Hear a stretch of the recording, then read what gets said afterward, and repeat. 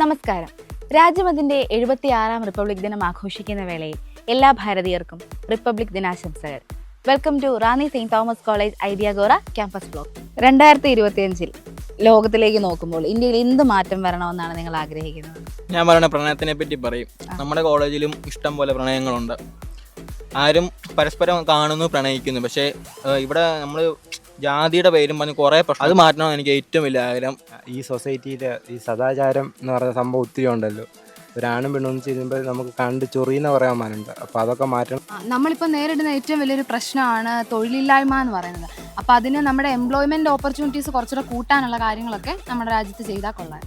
Woman എംപവർമെൻറ്റിനെ പറ്റിയാണ്. Woman startups കൂടുതലായിട്ട് വരണം. പെൺകുട്ടികൾ ഈ ഒരു രംഗത്തോട്ട് ഇറങ്ങുക എന്നുള്ളതാണ് എനിക്ക് ഈ ഒരു 2025 വരുന്ന മാറ്റം എന്ന് പറഞ്ഞ് എനിക്ക് തോന്നി. ഇന്ത്യയിൽ തൊഴിലില്ലായ്മ അതിരൂക്ഷമാണ്. 2025 ആ തൊഴിലില്ലായ്മ അങ്ങ് മാറണം. കേരളത്തിൽ കുറേ ഹിഡനായിട്ടുള്ള ടൂറിസ്റ്റ് സ്പോട്ടുകളുണ്ട്. അപ്പോൾ അത് എക്സ്പ്ലോർ ചെയ്യണം. മാലിന്യ സംസ്കരണ രംഗത്ത് മാറ്റം കൊണ്ടുവരണം. പിന്നെ ആമീഴഞ്ചാന്തോട്ടിൽ എന്ന് പറഞ്ഞ സ്ഥലത്ത് ആൾ വീണ് മരിച്ചിരിക്കും.